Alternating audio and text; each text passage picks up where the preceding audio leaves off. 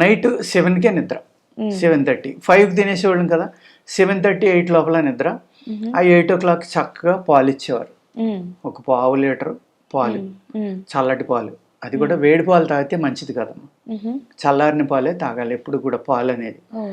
ఆ పాలలో కూడా వేస్తే కొంచెం నెయ్యి వేసి ఇచ్చేవారు, లేకపోతే డైరెక్ట్గా పాలు ఇచ్చేవారు. పాలలో నెయ్యి నెయ్యి ఎందుకు వేయాలి అంటే పాలు బలమైనవి కాబట్టి పైచ్యం ఉంటుందమ్మా అందులో. ఈ నెయ్యి వేసినప్పుడు దానికి విరుగుడు, అది దాని శక్తి పెరిగి ఒక అమృతం లేక అద్భుతంగా పనిచేస్తుంది అనమాట. ఈ విధంగా ఉంటాం. లేకపోతే ఈ సన్నగా ఉన్న పిల్లల్ని ఆ ఇంటి యజమాని ఉదయం పాలు పితకడానికి వెళ్ళినప్పుడు కూడా తీసుకుపోయి, మా నాన్నగారు నాకు ఇచ్చేవారు అలాగా, పలకల గ్లాసులని, కంచు గ్లాసులని ఉండి ఇంతంత, ఒక 400-300 ml పట్టేవి అనమాట. అది ఆవు దగ్గర కూర్చుని ఆ పాలు పిండి నొరగతోటి ఉన్నాయి ఆ గ్లాస్ ఇచ్చి వేడివేడిగా ఉండగా తాగే అనేవారు. అలా తాగేసేవాళ్ళం.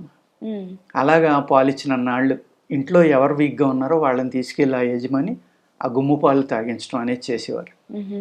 ప్లస్ టైం టు టైం అమ్మ నిద్ర. 7 గంటలకి 8 గంటలకి నిద్రపోయినప్పుడు ఏమవుతుంది, 3 గంటలకు లేపేసేవారు.